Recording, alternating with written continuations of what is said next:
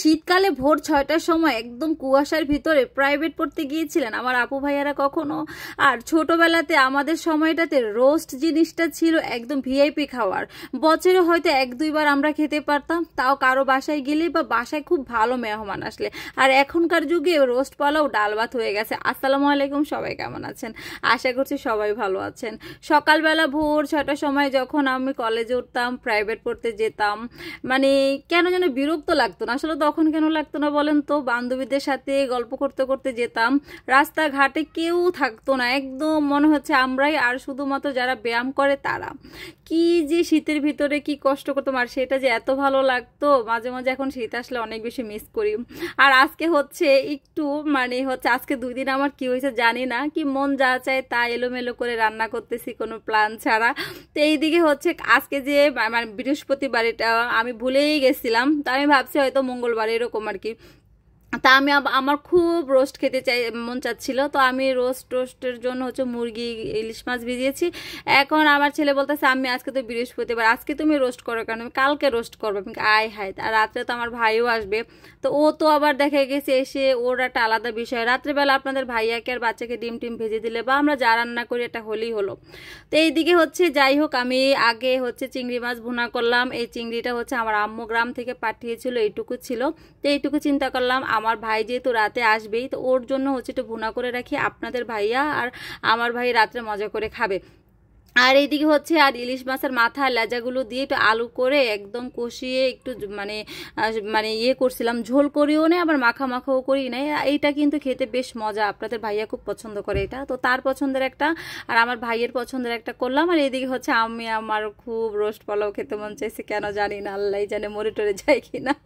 তো বাচ্চাদের সবসময় বলি আজকে কেন যেন আমার তো খেতে মন চাইছে, সাথে সাথেই করেছি। আসলে আমি স্যাক্রিফাইস জিনিসটা করতে রাজি না। কেন বলেন তো? আমার আজকে আমার স্বামী আছে আলহামদুলিল্লাহ, সে আমি যদি একটা জিনিস খেতে চাই সে খুশি মনেই খাওয়াবে। একটা সময় আমি আমার বাচ্চাদের কাছে আবদার করব, বাবা আমার এই জিনিসটা খেতে মন চায়, তারা যদি আমাকে না খাওয়ালো বা দেখে গেছে তখন যদি আমি খেতে চাইলেও তাদের কাছে আবদারটা না করলাম, যে দেখে গেছে আরে আমার বাচ্চার পর মানে এত খরচ সংসার ওইটা সেটা, তো আমি এই জন্য আমার যখন যেটা ভালো লাগে আমার সাধ্যের ভিতরে আমি তখন সেটাই করি। তো এই ব্যাপারে আপনাদের ভাইয়া কখনোই আমাকে কোনো কিছু বলে না, কারণ সময়ের কাজ সময় করতে আমার বেশি ভালো লাগে। আর এদিকে একটু সেমাই রান্না করতেছি। তো আজকে বললাম না, আমার মনে হয় যে বাসায় গেস্ট আসছে, আমার মনে হয় মাথা আউলে গেছে, বুঝছেন? আমার যা মন চাচ্ছে তা করতেছি। আর এইদিকে ওই দিন আপনাদের সাথে শেয়ার করেছিলাম না যে ফ্রোজেন পিঠা রাখছিলাম, পাকন পিঠাগুলো। তো এখানে আমার বরিশালের বা ভোলার আপুরা যারা আছেন তারা কিন্তু উপকৃত হবেন। দেখেন ফ্রোজেন রেখে প্রায় 1 মাস তো হয়ে গেছে, সেই পিঠাগুলো আজকে ভাজলাম, এত সুন্দর হয়েছে। তার মানে আপনারাও কিন্তু করতে পারেন। আর এই ভাজার সব ডিটেলস মানে সব কিছু আমি আমার নতুন page lifestyle of Rishta page upload করব। বরিশালে যারা আছেন তারা স্পেশালি দেখতে পারেন, এবং গ্রামে আপনাদের আম্মাজানদেরকে বলতে পারেন যে এইভাবে করতে পারো। যাক, ভালো একটা টিপস আপনাদের সাথে শেয়ার করেছি ওই পেজটাতে, আজকে আপলোড দিব। আর এদিকে হচ্ছে ইলিশ মাছ 4 টুকরাকে ভেজে নিলাম, পোলাওর সাথে কিন্তু ইলিশ মাছটা সেই মজা।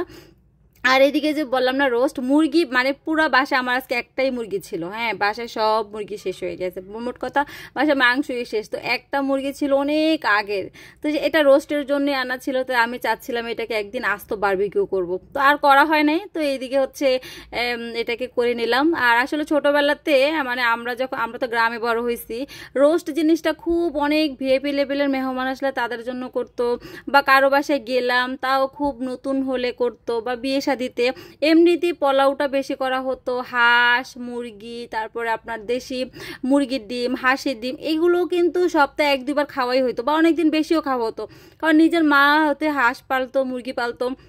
এখন তো আর পালে না, মুরগি মনে একটা পালে, বাট তখন এই রোস্ট জিনিসটা অ্যাভেলেবেল ছিল না। আর এখন তো এই খাবারগুলো একদম ডাল ভাত হয়ে গেছে, বাচ্চাদের মন চাইলে রান্না করে দিই, মেহমান আসলে রান্না করি। আজকে দেখেন নিজের মন চাইছে রান্না করছি, নিজের মনকেও প্রাধান্য দিতে হবে।